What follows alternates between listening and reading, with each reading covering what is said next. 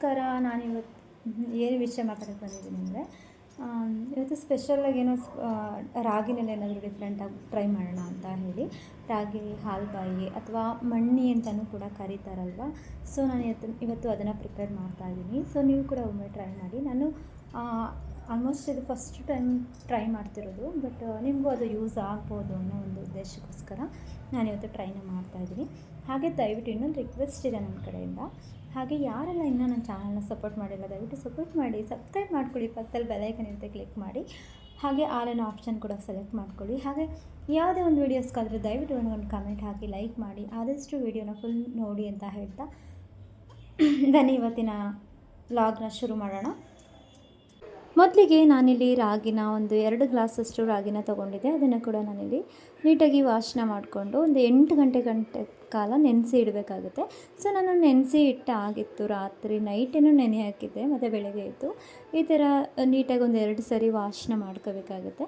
ರಾಗಿನಲ್ಲಿ ಸ್ವಲ್ಪ ಸಿಪ್ಪೆ ಥರ ಇರುತ್ತಲ್ವ, ಅದೆಲ್ಲ ಕಂಪ್ಲೀಟಾಗಿ ಕಮ್ಮಿ ಆಗುತ್ತೆ ಅಂತ ಹೇಳಿ ನಾನು ಒಂದು 2-3 ಸತಿ ವಾಶನ ಮಾಡಿಕೊಂಡೆ. ಹಾಗೆಯೇ ನಾನಿವಾಗ ಸ್ವಲ್ಪನೇ ತೊಗೊಂಡು ಮಿಕ್ಸಿ ಜಾರಿಗೆ ಹಾಕಿ ಅದನ್ನು ಸಣ್ಣದಾಗಿ ರುಬ್ಕೊತಾ ಇದ್ದೀನಿ. ಹಾಗೆ ಇದನ್ನು ಒಂದು 2-3 ಸತಿ ರುಬ್ಕೊಬೇಕಾಗುತ್ತೆ, ಯಾಕೆಂದರೆ ಅದರಲ್ಲಿರುವಂಥ ಹಾಲು ಜಾಸ್ತಿ ಬರುತ್ತೆ ನಮಗೆ. ಅದಕ್ಕೋಸ್ಕರ ನಾನೊಂದು 2 ಟೈಮ್ ಅಷ್ಟು ಅದನ್ನೇ ಮತ್ತೆ ಹಾಕಿ ರುಬ್ಕೊತಾ ಇದ್ದೀನಿ. ನೀರು ಹಾಕೊಳ್ಳೋದು, ಸ್ವಲ್ಪ ರುಬ್ಕೊಳ್ಳೋದು. ಹೀಗೆ ಒಂದು ವೈಟ್ ಬಟ್ಟೆ ಮೇಲೆ ಬೇಕಾದರೂ ಹಾಕೋಬೋದು. ಹಾಗೆ ನಿಮ್ಮ ಮನೆಯಲ್ಲಿ ಜಾಲರಿ, ಸಣ್ಣ ಕಣದು ಜಾಲರಿ ಇದ್ದರೆ ಅದರಲ್ಲೂ ಕೂಡ ಶೋಧಿಸ್ಕೋಬೋದು. ನಾನಿಲ್ಲಿ ಶೋಧಿಸ್ಕೊಂಡು ಕೂಡ ಆಗಿದೆ. 2 ಟ್ರಿಪ್ಪು ಅದೇ ಥರ ಮಾಡಿಕೊಂಡೆ. 2 ಟ್ರಿಪ್ ಮಾಡಿಕೊಂಡಾಗ ನಮಗೆ ಹಾಲು ಜಾಸ್ತಿ ಸಿಗುತ್ತಲ್ವ. ಸೊ ಹಾಗಾಗಿ ನಾನಿವಾಗ ಮತ್ತೊಮ್ಮೆ ಇದರಲ್ಲೂ ಕೂಡ ಜರಡಿನಲ್ಲಿ ಇನ್ನೊಂದು ಸತಿ ಅದೇ ಥರ ಶೋಧಿಸ್ಕೊತಾ ಇದ್ದೀನಿ, ಏಕೆಂದರೆ ತುಂಬ ಬ್ಲ್ಯಾಕ್ ಥರ ಕಾಣಿಸ್ಬಾರ್ದು ಅಂತ ಹೇಳಿ. ನೋಡಿ, ನನಗೆ ಹಾಲು 2 ಗ್ಲಾಸ್ ರಾಗಿನಲ್ಲಿ ನನಗೆ ಇಷ್ಟೊಂದು ರಾಗಿ ಹಾಲು ಸಿಕ್ಕಿದೆ.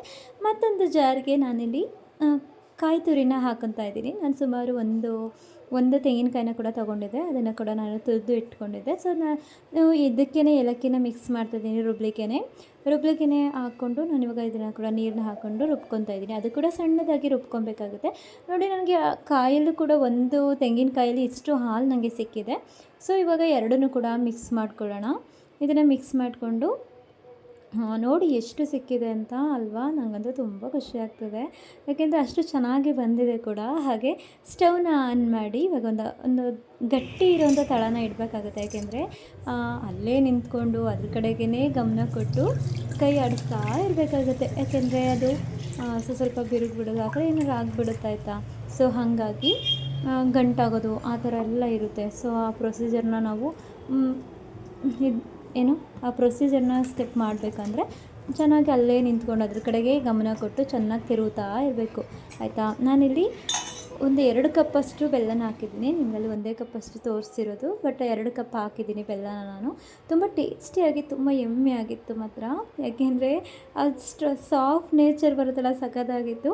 ಹಾಗೆ ಒಂದು ಅರ್ಧ ಗಂಟೆ ಆದರೂ ಬೇಕಾಗುತ್ತಾಯ್ತಾ. ನೋಡಿ, ನಾನು ತುಪ್ಪ ಕೂಡ ಹಾಕ್ಕೊಂಡಿದ್ದೀನಿ, ಒಂದು 2 ಟೇಬಲ್ ಸ್ಪೂನ್ ತುಪ್ಪನ ಆ್ಯಡ್ ಮಾಡಿದ್ದೀನಿ. ನೋಡಿ, ಈ ಕನ್ಸಿಸ್ಟೆನ್ಸಿ ಬಂದಿದೆ, ನನಗೆ ಬೇಕಾಗಿರೋ ಬಂದಿದೆ, ಆಯಿತಾ. ಸೊ ನೀವು ಕೂಡ ಯಾರೆಲ್ಲ ಟ್ರೈ ಮಾಡಿಲ್ಲ ದಯವಿಟ್ಟು ಒಮ್ಮೆ ಟ್ರೈ ಮಾಡಿ. ಟೇಸ್ಟ್ ಮಾತ್ರ ತುಂಬಾ ಚೆನ್ನಾಗಾಗಿತ್ತು. ಹಾಗೆ ನಾನಿಲ್ಲಿ ಒಂದು ತಟ್ಟೆನ ತೊಗೊಂಡು ಅದಕ್ಕೆ ಪೇಪರ್ನ ಇಡ್ತಾಯಿದ್ದೀನಿ, ಅಂದರೆ ಬಟರ್ ಪೇಪರ್ ಥರ ಸಿಗುತ್ತಲ್ಲ, ಅದನ್ನು ನಾನು ಯೂಸ್ ಮಾಡ್ತಾಯಿದ್ದೀನಿ.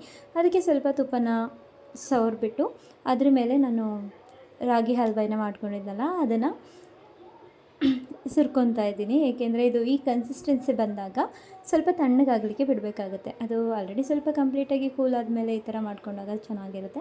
ಸೊ ನಾನು ಸ್ವಲ್ಪ ಹೊತ್ತು ಕೂಲ್ ಆದಮೇಲೆ ನಿಮಗೆ ಯಾವ ಶೇಪ್ ಬೇಕು ಆ ಶೇಪಲ್ಲಿ ಕಟ್ ಮಾಡ್ಕೊಳ್ಳಿ, ಆಯಿತಾ. ನನಗೆ ಕಟ್ ಮಾಡೋಕ್ಕೆ ಬರಲಿಲ್ಲ, ಬಟ್ ಟೇಸ್ಟ್ ಮಾತ್ರ ತುಂಬಾ ಚೆನ್ನಾಗಿ ಬಂದಿತ್ತು. ಸೊ ನೀವು ಒಮ್ಮೆ ಟ್ರೈ ಮಾಡಿ. ಹಾಗೆ ಕಮೆಂಟ್ ಬಾಕ್ಸಲ್ಲಿ ಕಮೆಂಟ್ ಹಾಕೋದನ್ನು ಮಾತ್ರ ಮರಿಬೇಡಿ.